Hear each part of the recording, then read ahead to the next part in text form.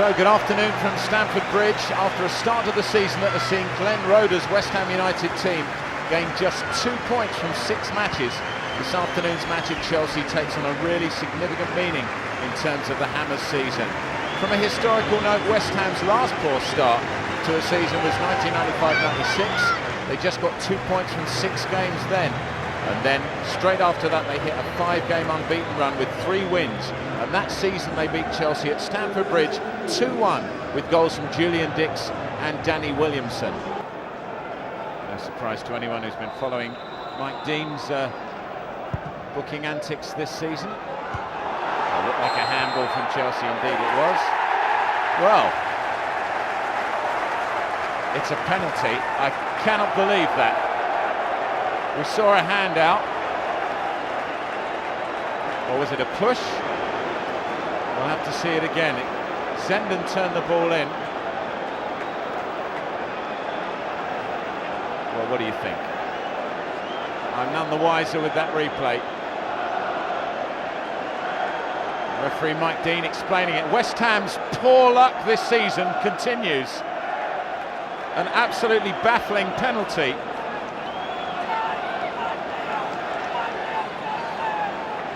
And on 21 minutes, Jimmy Floyd Hasselbank has a chance to score his first Premiership goal.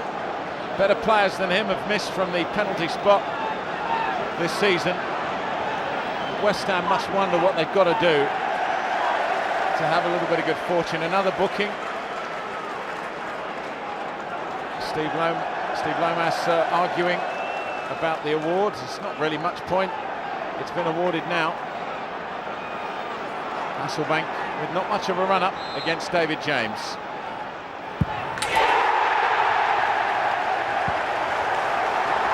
Well, if injustices were to be chronicled, this would be a huge one. Chelsea, who've been completely outplayed for the first 22 minutes of this game, have been given a very soft penalty which has been put away by Jimmy Floyd Hasselbank. On 22 minutes, not even a particularly good penalty, and he opens his Premiership account with his second goal of the season, first in the Premiership. And Chelsea somewhat mystified, certainly at the focus of a lot of this game. Taken quickly, it's going to be a chance for West Ham. It's a goal! It's Jermaine Defoe, and thoroughly deserved. Steve Lomas getting in there. But I think it was Jermaine Defoe who got the touch. 5 minutes, Roeder's saying, we've just got to hold our nerve. It's fully deserved. And this is the view from behind the goal. Sinclair turned it on, and although it was turned towards goal by Steve Lomas, the man on the line to do it for West Ham, Jermaine Defoe, a little bit keener at the moment. After all, they've never been more desperate for points. Here's Di Canio, sets himself up with a lovely shot. What a fantastic goal! What an incredible goal by Paolo Di Canio out of nothing! Unbelievable goal!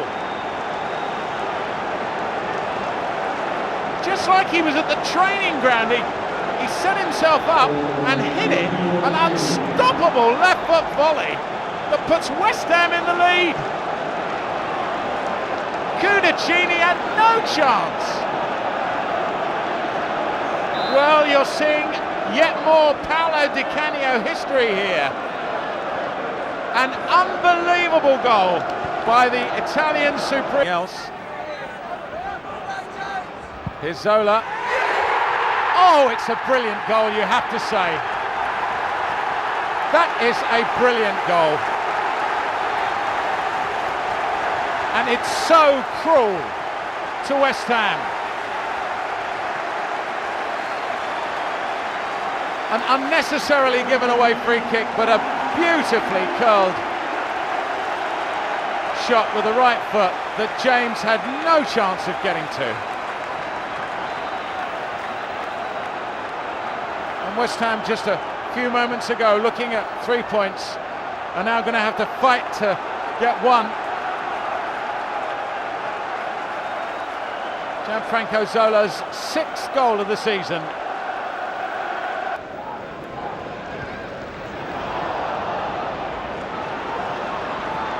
Zola. Anything can happen when this man gets the ball. In fact, Hasselbaink, a little bit of play acting.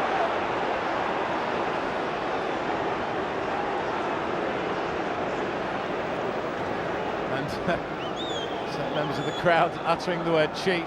And I have to say, Mike Dean totally agrees with them. He's given West Ham the free kick. Whether he also ought to have put Hasselbaink in the book is another matter. He didn't. And Hammers have a free kick. James takes it.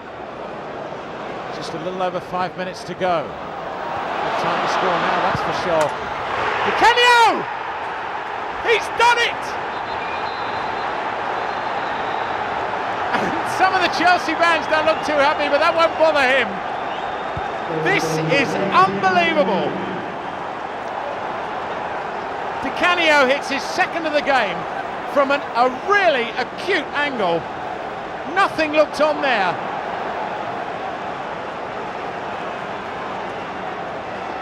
Melchior, it was a fortunate bounce for West Ham, but Di Canio, what an exquisite finish. It came off Gallas, you can see, between Defoe and Gallas, and Di Canio, left-footed, slotted it in. Well, man's leaving the ground now.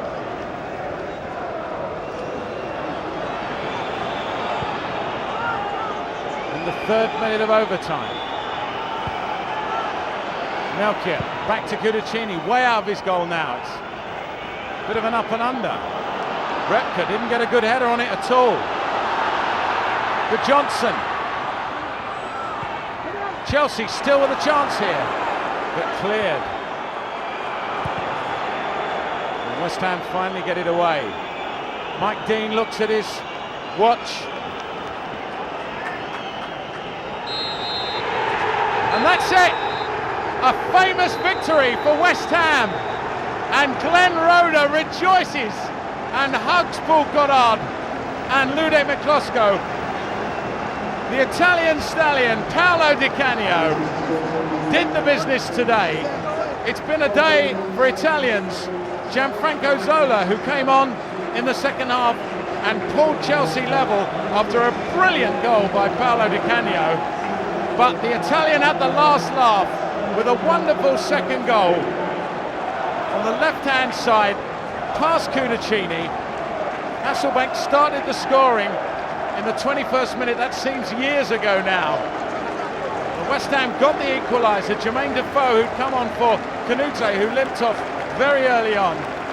But it's Paolo Di Canio's 2 goals that record a famous victory for West Ham here at Stamford Bridge today. Such an important one, and ensures that West Ham go to 5 points and can maybe get their season on the way. A wonderful game. We hope you've enjoyed it at Upton Park. We've certainly enjoyed it here at Stamford Bridge.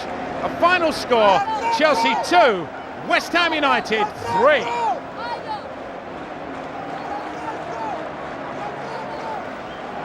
It is a sense of relief.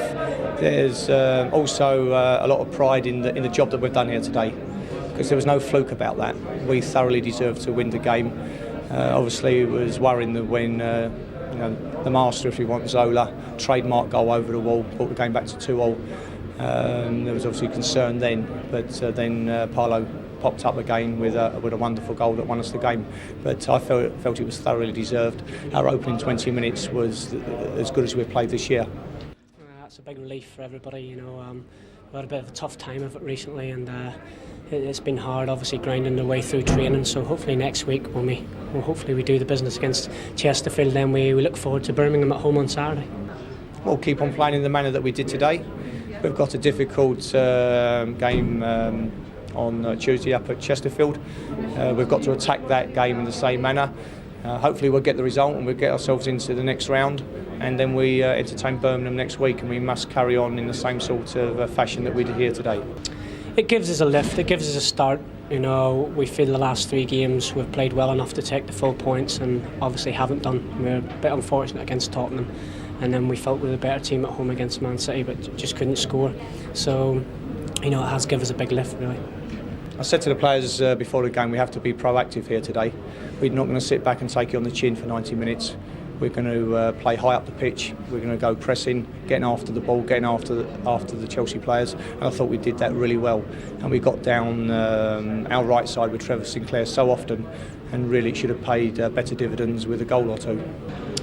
I think stop making individual mistakes to start, because the first 5-6 games, you know, we've made untold amount of individual errors, which is something you can't prepare for. You can do as much preparation before the game, but if you make individual mistakes, you know, it kills you really. So we've stopped that to a certain degree, and now we've started scoring goals, which helps. Well, I think all the adjectives have already been used. It was just a fantastic strike, you know, by a professional that loves the game so much. He's such a passionate player. You know, all the things you could say about Paolo Di Canio have already been said.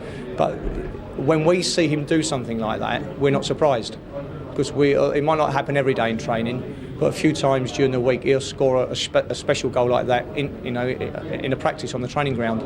So we know what he's capable of, and nothing that he does ever surprises me or anyone else at the club.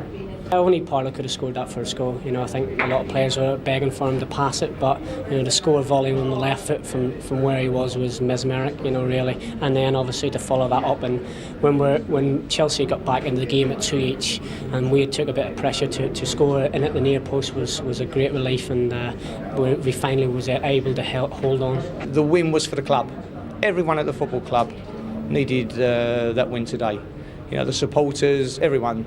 Chairman, directors, myself, we all did. So, you know, I wouldn't want to, you know, take all the credit, or, you know, shared. We all needed that victory, and hopefully we must now build on it. Well, yeah, I think a lot of people have been saying we're a little bit soft, and obviously today was, you know, West Ham, you know, should be an easy result for Chelsea, and you know, we feel that we have done the same things as we've done last season in terms of effort and work rate. Obviously, we've made a lot of individual mistakes, but we feel we should have, you know, 4 or 5 points more, and it's something that maybe we were getting the luck of the rub of the green last season that we're not this season. Lots of character has been shown today. We came into the game with 2 points. Our performances have deserved better, but the fact of the matter is that's all we had was 2 points for all our efforts. It was very important that so far this year we haven't played with any fear, you know, because fear is a great energy sapper, and you could see the way we opened the game for 20 minutes that there was no fear in our play. You know, we really moved the ball well, and every player has put in a top draw performance.